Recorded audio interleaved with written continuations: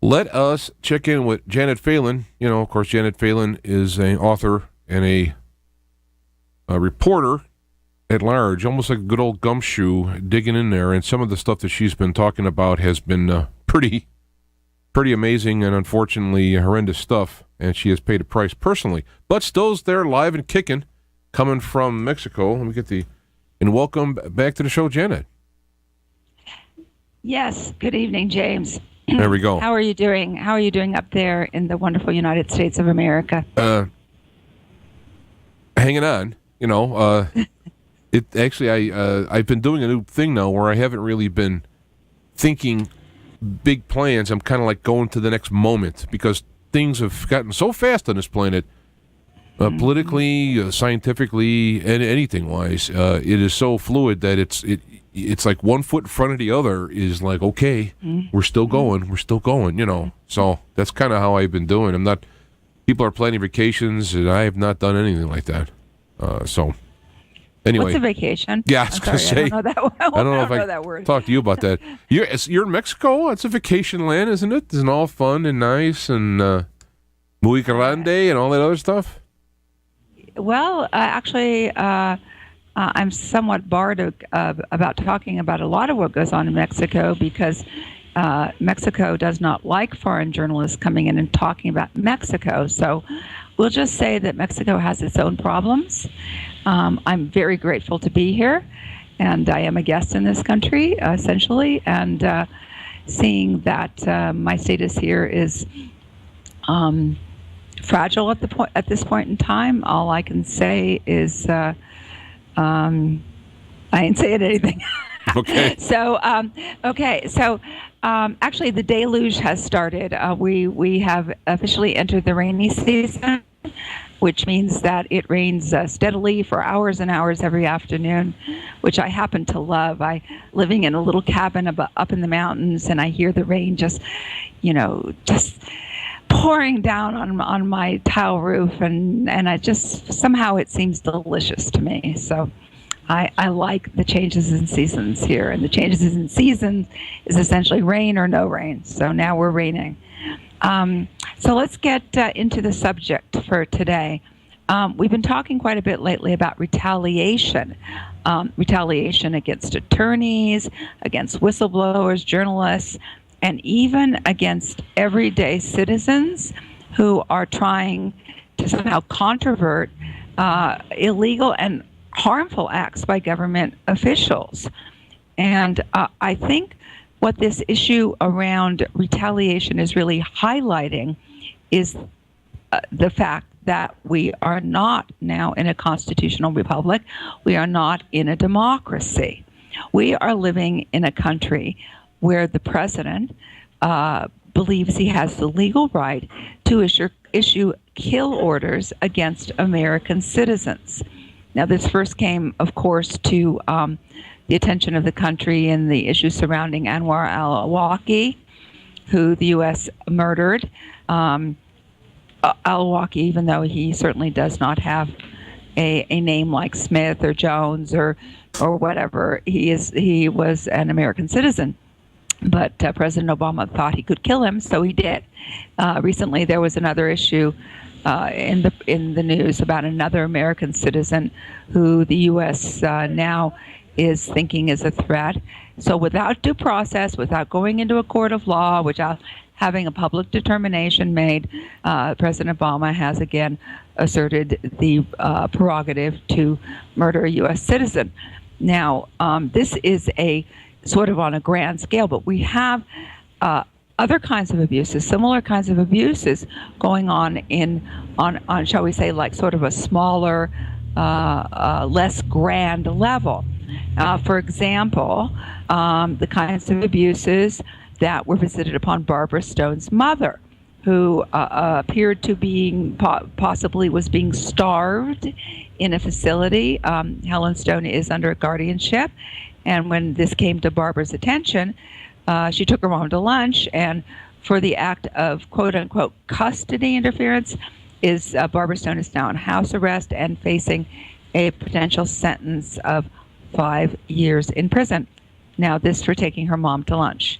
So unfortunately, this kind of abuse, retaliation against those who are trying to controvert the kinds of abuses that appear to be becoming more and more regular, this kind of retaliation is becoming all too common. Abuses are taking place in a number of different venues.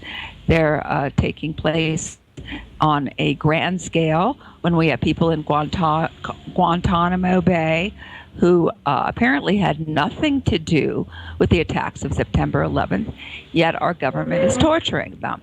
We have police who are regularly killing American citizens without any culpability whatsoever. We have abuse going on in the courts. Other public officials are now clearly abusing their power and committing illegal and harmful acts. Now, the question is, what is the appropriate response when abuse is brought to the attention of a moral human being? What is the appropriate response? Well, I would imagine to do what you can to stop that, intervene of some type or what have you. Yeah, I don't think this is a complicated question. You see someone being hurt, somebody possibly vulnerable, being hurt in a manner that you try to stop it, right? It's not a complicated question. And this is where retaliation is becoming more and more alarming. This is also apparently where self-interest is kicking in. How does self-interest figure in this? Well, if our country has indeed been stolen from us, if our constitutional rights and statutory protections are now only a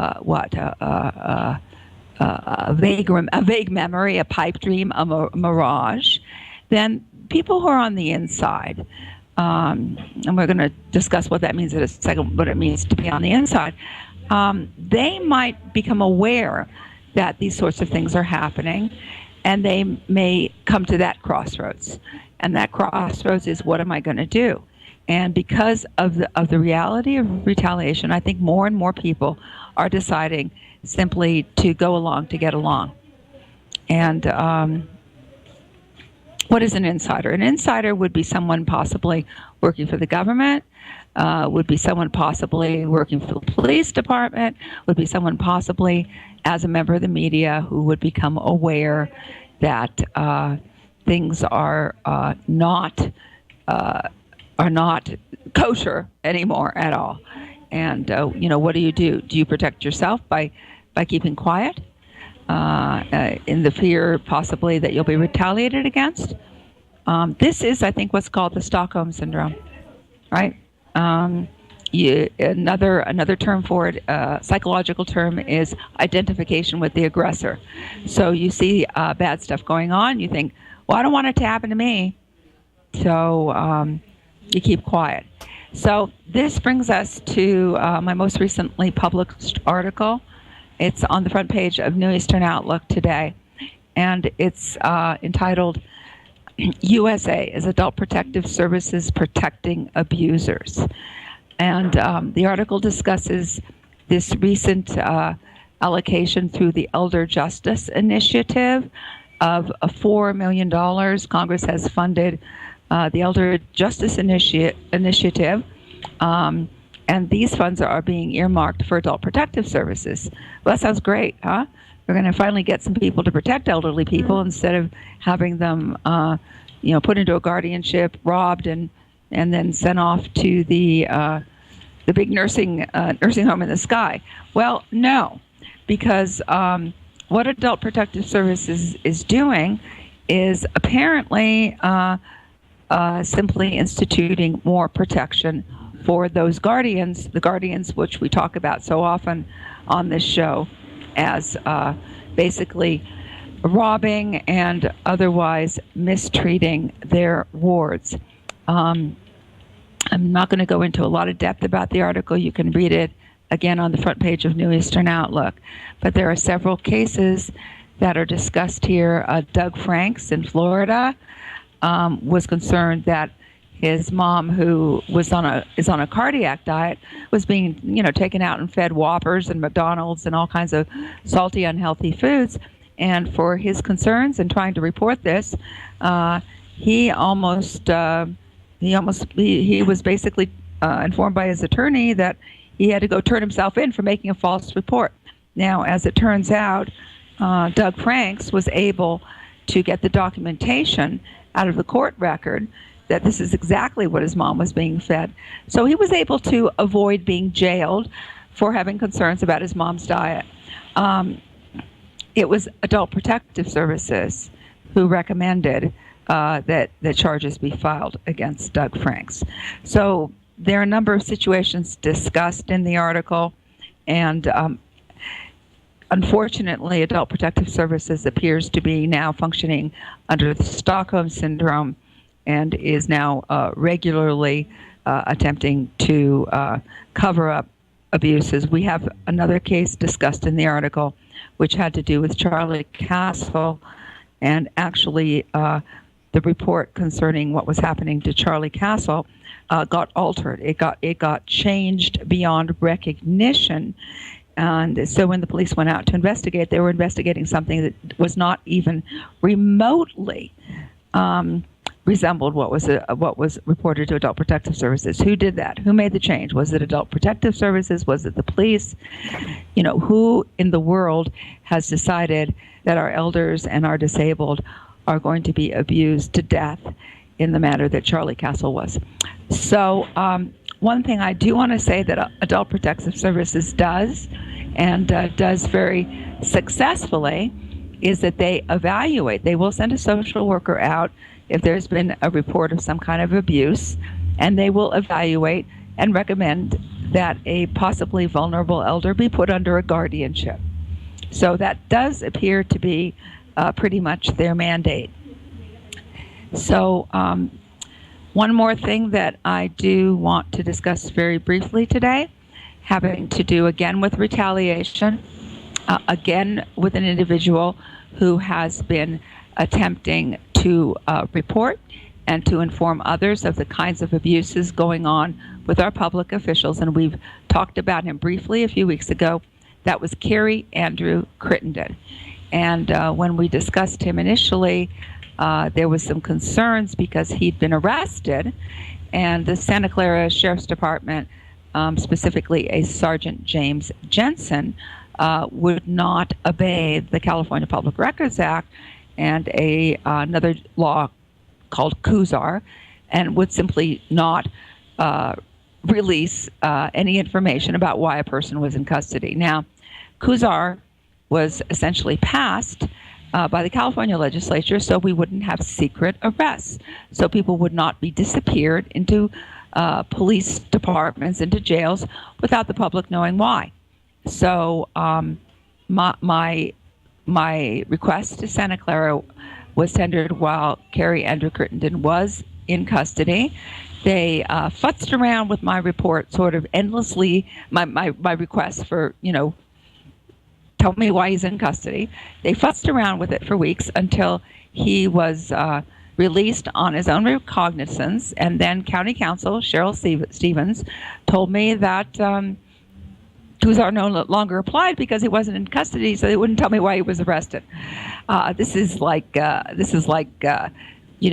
hide the potato, this is a shell game, just keep the pieces moving long enough so you don't have to, very noisy here, so you don't have to actually comply with the law.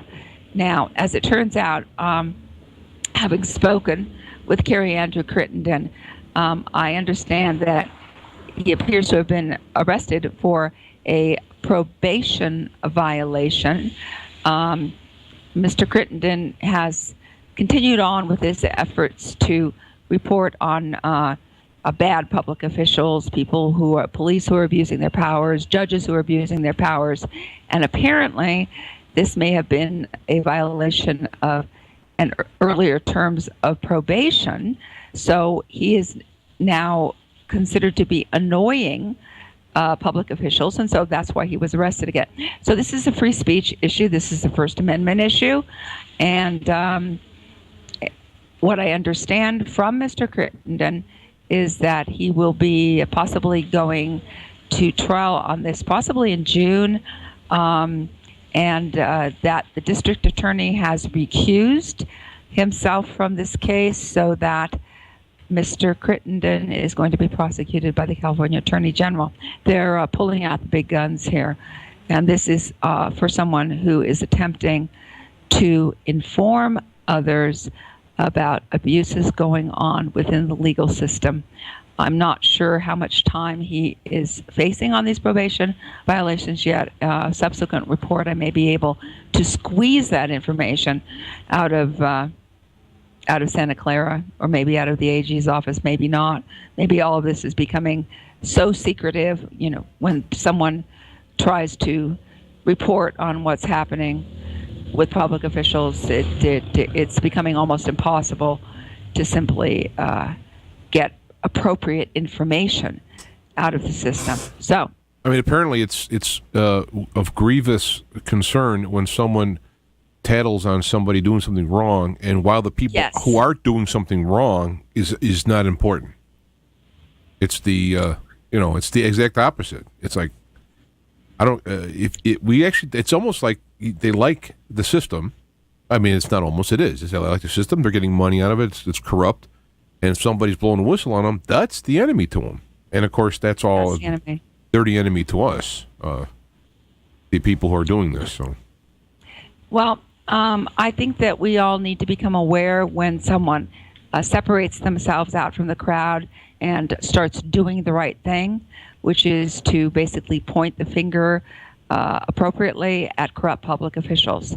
And we all need to be aware when that person gets singled out and gets a bullseye on their back, and the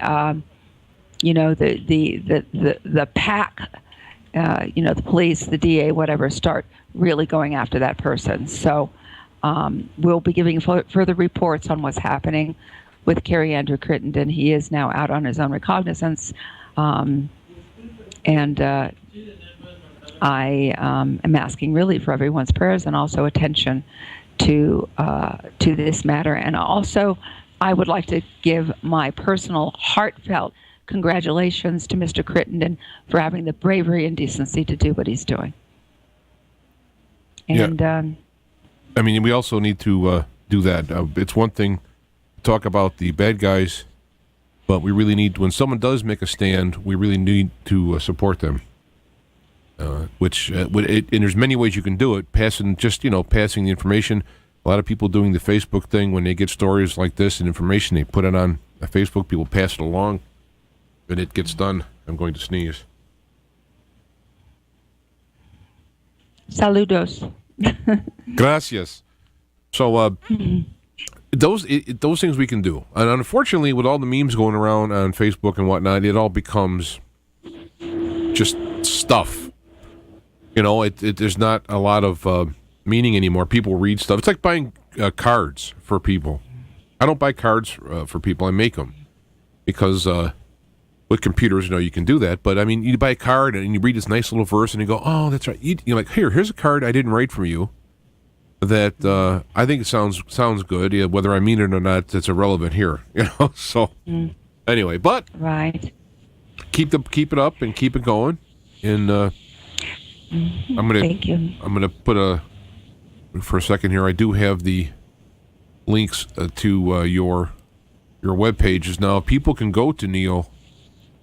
Journal-neil.org, or you could just do a search in Neil and Janet Phelan, and you will see the articles that are there, pages and pages of them. So I'm glad to see that this stuff is getting out there. Yeah, and I do want to mention New Eastern Outlook is published out of Moscow, out of Russia. It's published in both English and Russian, and the Russians don't seem to have the extreme sphincter issues that the American press has when it comes to reporting on abuses going on in the legal system here. So, well, it might be if you were reporting on the abuses in Russia, it might be different. But hey, see, I don't know. All I can say is that I'm very, very grateful that the United States government doesn't entirely control all the press and all the internet everywhere in the world. Want to mention really quickly? Oh, yeah, go ahead. Oh, yeah, well, they sure are. They sure are, and that's something we'll be discussing more of, I'm sure. But just want to mention tomorrow at from 4 to 6 p.m. Central Time, I'm going to be interviewed by Kathy Rubio on Morning Liberty. So I think it's morningliberty.com, if I remember correctly, or Morning Liberty Hour, but you can look up Kathy Rubio radio, and I'll be on tomorrow from 4 to 6 p.m. Alrighty. Central Time. All right, well, take care, and we'll talk to you again next week. And hopefully, with a lot of this stuff coming to light, I know it doesn't seem like a lot, at least in the realm of the public media, but it has shown over again that the internet media is gaining huge, and the mainstream media is losing. So this, I'm starting to see articles now that are addressing, for example, the Jade Helm issue. Now there's articles coming out on like the New York Times about Jade Helm, talking about how people on the internet are being silly to be upset about it. But in another time, they wouldn't have said anything. So you could tell. Damage control. Yeah, you can tell. Now, of course, that's bad because it gives talking points for someone who's not looking for alternative sources. But still, in the early days, they just ignored it. They ignore you, and then they talk you down. And that tells you that you're gaining ground. So, anyway, all right. Right, exactly. We will talk to you then next week. And have a good week, James. Yes, have a good week. You too. Okay. Bye. Bye-bye.